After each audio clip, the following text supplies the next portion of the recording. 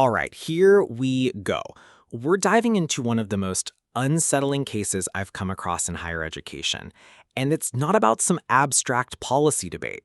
It's about a real student, Omar El Bushra, whose life was turned upside down by the very institution that should have had his back. And what's crazy is, this isn't just one guy's story. It's a mirror. It's about how universities can use silence, intimidation, and retaliation to protect themselves. And the way Omar put it, I believed my institution would protect me. Yeah, but instead, when he reported mistreatment, what did he get? Gaslighting, character attacks, straight up isolation. And the message was clear: stay quiet or you'll pay for speaking up. That part hit me, the silence. Because silence isn't neutral. It's what lets bullying keep going.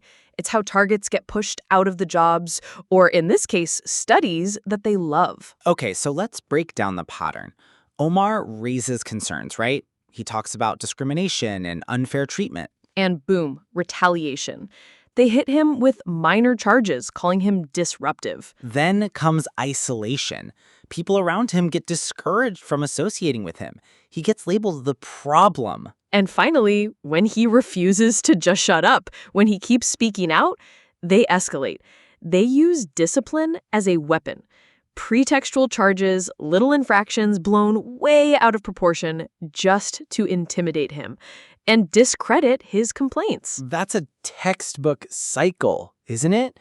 Raise an issue, get punished for it, then blamed for being punished. Classic Darvo before we even call it Darvo. And here's something the audience really needs to understand. Omar isn't just any student. He's a second-year medical student. He's Black, he's Muslim, he's a refugee, and he's living with type 1 diabetes, ADHD, autism, OCD. So basically, layers of vulnerability, but also layers of resilience, because despite all that, he served as a student rep, still a partner in staff student projects, still contributing to the university.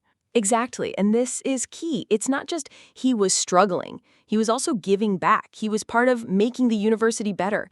And yet, when he needed protection, when his family crisis and homelessness hit, that same institution flipped on him. And let's be real, all those identities, Black, Muslim, disabled, refugee, those aren't neutral in a system like this. They shape how people are perceived, how they are doubted, how they are punished. 100%. That's the context we need to carry into everything that follows. So picture this. End of 2024. Omar's family situation explodes. A violent incident at home forces him to leave. He's basically out on his own, effectively homeless. And this is while he's still trying to study medicine? Exactly. Imagine juggling all that. Your dream of becoming a doctor, and now you've got nowhere safe to live. And what does he do? He does what any student would do. He reaches out. He applies for hardship funds, counseling, support. Okay, so they must have stepped in, right? You'd think so, but no. What he gets is bare minimum. A couple of counseling sessions, a small grant. Just enough to say, look, we did something, but nowhere near enough for what he was actually going through. That's not support, that's ticking a box. Then, early 2025, things get even heavier. His mental health is in free fall, diagnosed with ADHD, depression, flagged as high risk, suicidal thoughts. And when he goes to the welfare team, calmly explaining the abuse he faced at home. Calmly? That's impressive, honestly. Yeah, but here's the kicker. They doubted him because he was calm. They thought, oh, he doesn't seem upset enough. Maybe he's not being honest. Wait, hold on. So because he didn't break down in front of them, they decided he wasn't credible? That's exactly it. And it gets worse. Senior staff start testing him in meetings, aggressive tone, pushing him, almost like they wanted to see if he'd snap. That's not support, that's interrogation. Right, and for Omar, it felt like punishment for seeking help. That trust in the institution, gone. Instead of being protected, he's being treated like a suspect. You can already see the shift, can't you? From "we'll help you" to "we don't believe you." That's institutional betrayal, plain and simple. So here's where the betrayal really cuts deep. The hardship fund, the thing that's literally there to stop students from sinking, gets flipped against him. How do you mean? They flag his personal statement as, quote, AI plagiarism. Imagine that. You're homeless, fighting to survive. You pour your story into a hardship application, and the institution responds by basically accusing you of cheating. That's disgusting. Instead of asking, what do you need? They're like, how do we catch you out? Exactly. Support turns into scrutiny. And it's not just that. Confidential welfare notes, deeply personal stuff, somehow get shared without his consent. He feels surveilled, like staff are passing things around behind the scenes. And when he raises the alarm about that, They deny it. Oh, no leak here. Meanwhile, Omar's anxiety is spiraling because he knows something's off. He can feel he's being watched. so what does he do? He does what the university tells you to do. He files a complaint. He reports harassment and discrimination by the welfare team. And that's the moment the mask fully drops. Instead of dealing with misconduct, senior staff retaliate. We're talking administrators, the head of school, even the complaints team in the data protection office, all moving against him. Wait, even the SRC? The Student Rep Council? The one that's supposed to defend students? Yep, they dismissed his concerns and banned him permanently. Think about that. The one place that should have been his advocate slams the door in his face. So basically, complain and you're labeled a troublemaker. Your opportunities vanish, false accusations start flying, and people around you get scared to even stand by you. That's exactly what happened. And for a minority student like Omar, the message couldn't be louder. Stay silent or we'll destroy your credibility. All right, let's walk this timeline because the dates tell the story better than anything. Yeah, show me how quick this escalates. Okay, February. Omar files his Stage 2 complaint. That's the first big formal step against the welfare team. Protected Act. The university knows they need to be careful after that. Exactly, but instead, March 12th, he's told it's a supportive meeting. He shows up and, surprise, the head of school himself walks in. What should have been financial help turns into an interrogation. That's not random. That's a setup. Then April to June, the complaints team stalls, delays, drags their feet, nothing moves. Classic tactic. Wear you down until you give up. May 2nd, Omar files a GDPR request for his hardship data. Within days, a data breach, unauthorized access to his welfare files by the head of school himself. Oh, wow. So the very person under complaint is snooping in his record? Yup, and it keeps stacking. May 20th, he criticizes the SRC service. Guess what happens the next day? Let me guess. Retaliation? Bang on, he gets banned from SRC support on May 21st. One day later?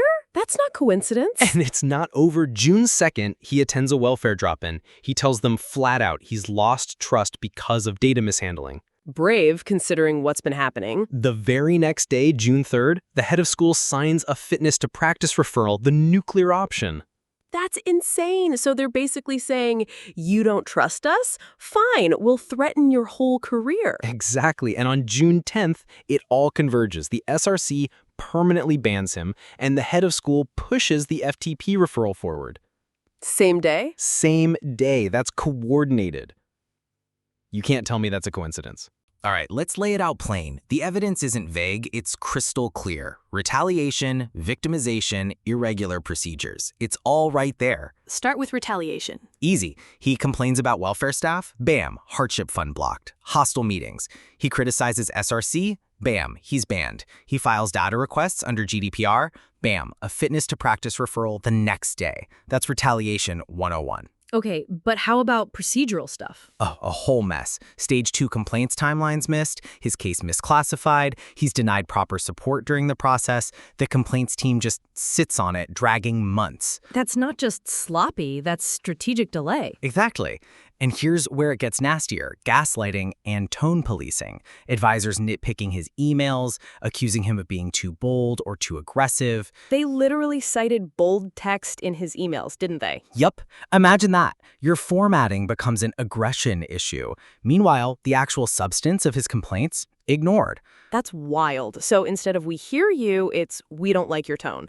Classic way to flip the blame. And don't forget the data breaches. Welfare notes shared without consent, subject access requests delayed or incomplete, key records just missing, obstructive at every turn. So not only are they undermining him, they're also controlling the paper trail. Exactly. And here's the kicker. The FTP referral, the thing that could end his medical career, was initiated by the very person he had complained about. Conflict of interest? off the charts. That's like your accuser also being your judge. Zero safeguards. And the human cost? Massive. He's isolated during the process, emotional distress skyrockets, his academics take a hit, all while the system tells him he's the problem. That's the pretext in action. They pretend it's about support or probity, but really it's about silencing him and protecting themselves. So here's the playbook they ran. It's called DARVO: deny, attack, reverse victim, and offender.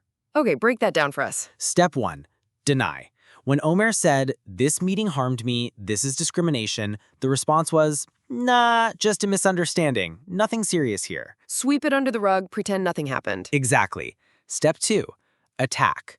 Now they flip it on him. Suddenly, his tone, his bold text in emails, the fact he used AI once when suicidal, those become integrity issues. Bold text? Really? Like fonts as misconduct? Yep, that's how petty it got. They couldn't address the substance of his complaint, so they go after style, tone policing to the extreme. All right, and step 3? Step 3, reverse victim and offender. This is the darkest move. Suddenly, the university and even the SRC claim they are the victims. They say Omer's emails distressed staff. They frame his persistence as harassment. So the guy begging for help becomes the aggressor. Wow, that's sinister. Like, they break him down and then blame him for being broken. Exactly. DARVO isn't random. It's a script. Deny the harm, attack the whistleblower, reverse the roles so the institution looks like the wounded. And there's another layer here, racial gaslighting. Yes, some general examples are comments like, "Not everything's about race," or "Are you sure that happened?" That stuff eats away at you. It makes you question your own reality. Now, even though this was not said explicitly, Omar felt his SRC advisor was actively dismissing his discrimination concerns, acting as if he misunderstood stuff or it was not a big deal. And when you start doubting yourself, you self-silence. You stop speaking up to avoid more conflict. But research shows that silence is deadly. Self-silencing under discrimination literally predicts higher suicidality. And Omar lived that. Every time he spoke up, retaliation hit. Every time he stayed silent, it ate him alive. Either way, he loses. And that's the trap DARVO sets. It's not just about protecting the institution, it's about breaking with survivors' spirit until they stop talking altogether. Here's the hard truth. Who usually pays the price in these situations? The target, the person who speaks up. And the bullies? The data show that most of the times they get protected, kept in their roles, sometimes even promoted. Institutions protect themselves by protecting the perpetrators. That's brutal, because what it tells everyone watching is, don't rock the boat or you'll be the one thrown overboard. Exactly. Omer's case proves it. He was isolated, banned, referred to FTP, while the people accused of misconduct carried on untouched. And let's not forget, Omer's not just any student. He's a minority student. And discrimination-related stress hits different. Research shows it's linked to anxiety, depression, irritability, sleep problems, even suicidal thoughts. And for minority students, microaggressions are constant in classrooms, in welfare meetings, even in student spaces. That means the harm isn't just one meeting or one policy. It's cumulative, layer on layer until you break. And Omer was living proof of that. Every hostile email, every cold meeting, every "you're the problem" label, it all stacked on top of homelessness, family trauma, disability. No wonder his mental health collapsed. And here's the kicker. When institutions go silent, when they ignore complaints, delay processes, deny wrongdoing, it doesn't neutralize the problem. It protects the bullies, and it re-victimizes the survivors. Exactly. Complaints get deflected. The victim gets pathologized. Oh, he's unstable. Maybe he's exaggerating. Procedural barriers pile up until you're exhausted. And that silence? It's not neutrality. It's complicity. And that's why this story matters, because if silence is allowed to win here, it sends a message to every other minority, every other vulnerable student. Don't speak or you'll be next. So let's be real. Omer's story isn't just about one student. It's a warning. If this can happen to him, Black, Muslim, disabled, refugee, but also a student rep, a staff partner, someone engaged in the community, then it can happen to anyone. Especially minorities, especially people who don't have the luxury of being believed by default. And that's why we need to talk about Darvo, not just as a concept, but as something that happens in classrooms, in welfare meetings, in complaint offices. It's not theory, it's a tactic. So what do we do about it? First, recognize the signs. Deny, attack, reverse. If you can spot Darvo in action, you're harder to gaslight. Second, validate survivors. Don't question their reality, don't micro-invalidate, just believe them. That alone is powerful. Third, document everything. Keep notes, keep receipts, keep emails, because records are protection. And fourth, build solidarity. Darvo works by isolating people, but when we form peer networks, when we stand together, the script breaks. Survivors need practical tools too. Document everything, even the little stuff, because that's what they'll try to weaponize later. Seek allies, trusted colleagues, unions, therapists, friends who'll stand by you. Know your rights. Read the policies. If you can, get legal advice. And above all, trust your own reality. Gaslighting only works if they can convince you to doubt yourself. Exactly, because silence is their weapon, but solidarity, truth-telling, and courage, that's ours. And that's what this story is really about. It's not just Omer's fight. It's about building a culture where no student, no worker, no survivor has to be silenced for speaking out. So the question we leave you with is this. When the system punishes someone for the distress it created, who's really unfit to practice? The student or the institution?